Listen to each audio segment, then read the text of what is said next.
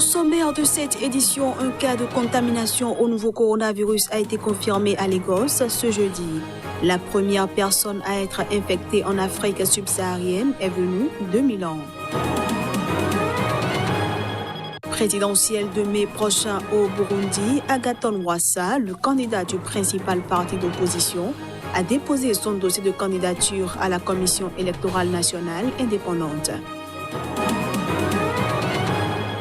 Et puis en Tunisie, le gouvernement d'Eliès Fakfa a prêté serment ce jeudi après avoir obtenu la confiance du Parlement dans la nuit de mercredi à jeudi.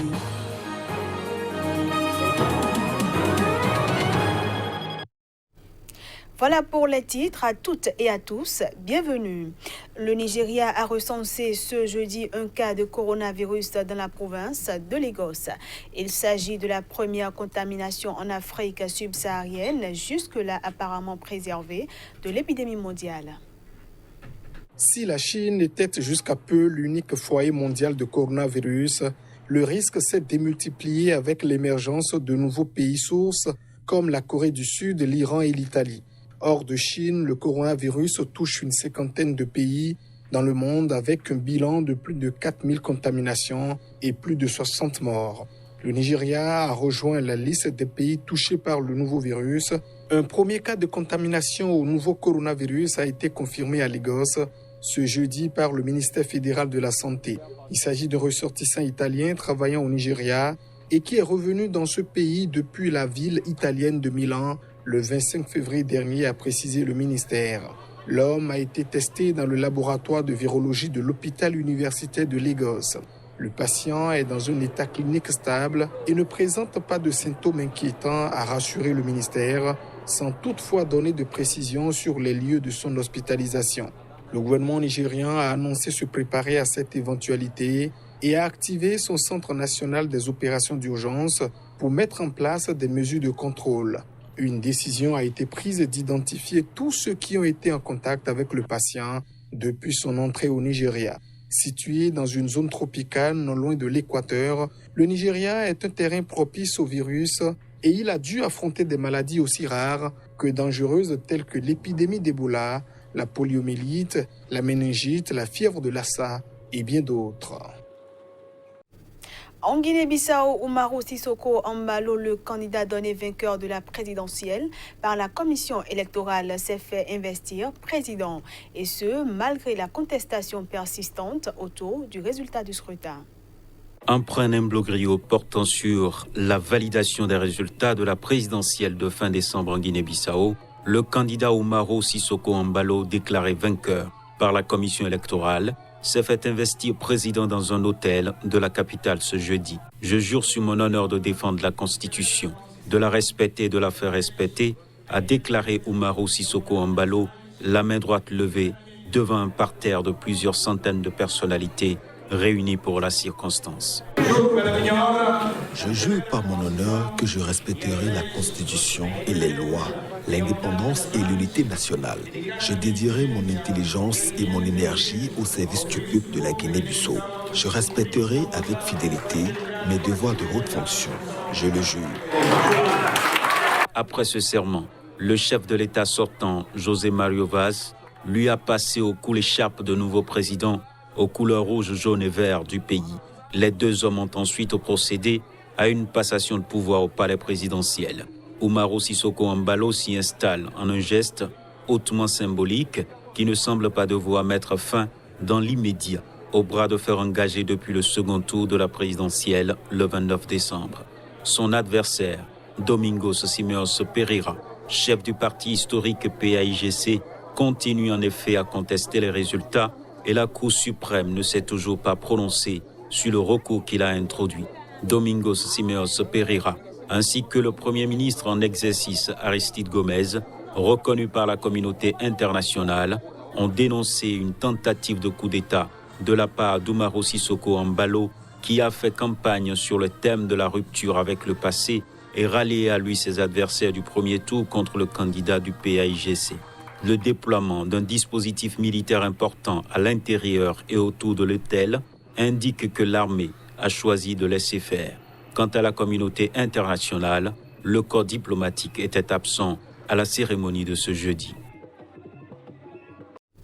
Et pendant qu'Umaro Sissoko Embalo se fait investir président au Burundi, le président du Conseil national pour la liberté, principal parti d'opposition, a déposé son dossier de candidature à la présidentielle de cette année à la Commission électorale nationale indépendante.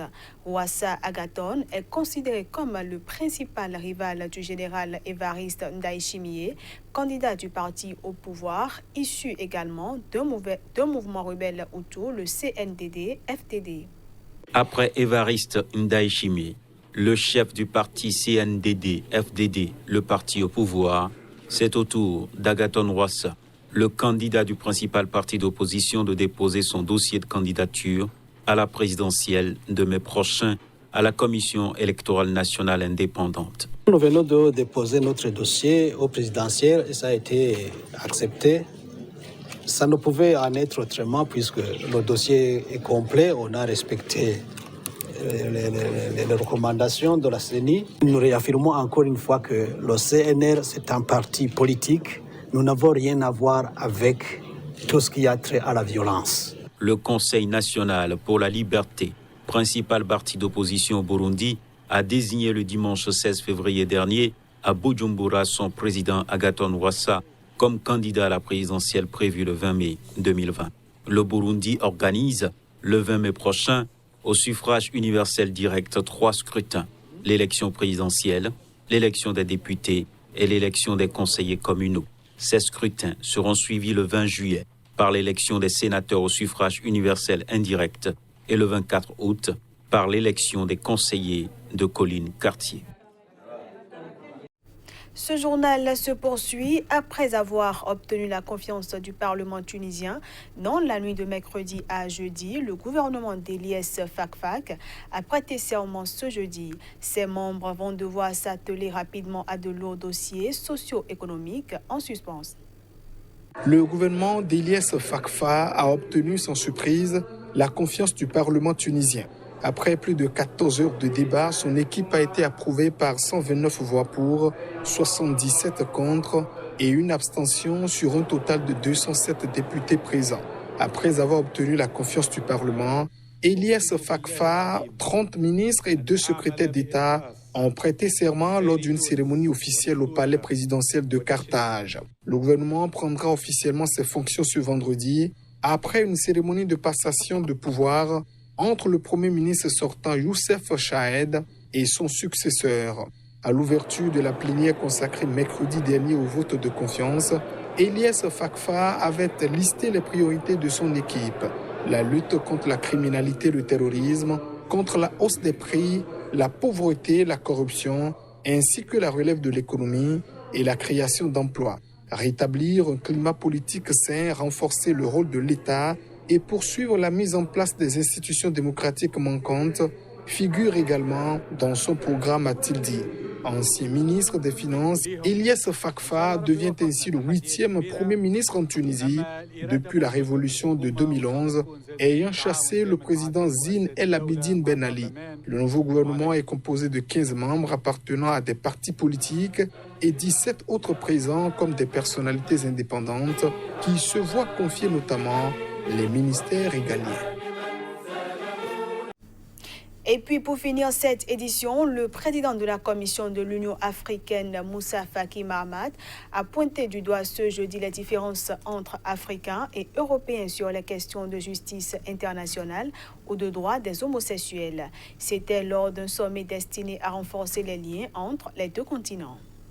Le sommet de jeudi marque la 2e visite de la présidente de la Commission européenne, Ursula von der Leyen, au quartier général de l'Union africaine à Addis Abeba depuis sa prise de fonction le 1er décembre dernier. Une semaine après avoir commencé à occuper son poste, elle avait choisi la capitale éthiopienne pour son premier déplacement hors de l'Union européenne afin de lancer un fort message politique sur la force du partenariat entre l'Europe et l'Afrique. Lors de son discours d'ouverture, Elle a affirmé que les deux continents étaient des partenaires naturels et a mis l'accent sur les secteurs de coopération potentiels pour eux, comme le commerce et la lutte contre le réchauffement climatique. Lors de la conférence de presse, elle a estimé que les deux blocs devraient être en mesure de travailler ensemble malgré les divergences mises en exergue par Faki. Certes, nous avons quelques divergences. Je cite à titre d'exemple la justice pénale internationale, l'orientation et l'identité sexuelle, la peine de mort, la centralité de l'Union africaine dans certaines crises, etc. Ces divergences sont normales, eu égard à nos diversités culturelles, sociologiques, voire spirituelles. Seule la reconnaissance et l'acceptation de ces différences, le langage de la franchise nous permettront d'élever les obstacles qui pourront entraver notre coopération. La majorité des pays africains disposent de législations interdisant ou réprimant l'homosexualité, parfois punie de la peine de mort. Et plusieurs pays africains ont résisté aux efforts de la Cour pénale internationale pour juger les dirigeants du continent, le Burundi devenant même en 2017 le premier pays au monde à s'en retirer. L'Union européenne cherchera à utiliser le sommet de jeudi pour promouvoir le commerce et la coopération économique afin de répondre au flot d'investissements chinois sur le continent, a estimé Michaela Gavas, experte auprès du Centre for Global Development. Mais la question des droits de l'homme reste un sujet potentiel de confrontation, a-t-elle mis en garde. Et voilà, mesdames, messieurs, ce sera tout pour cette édition que je vous remercie d'avoir suivi.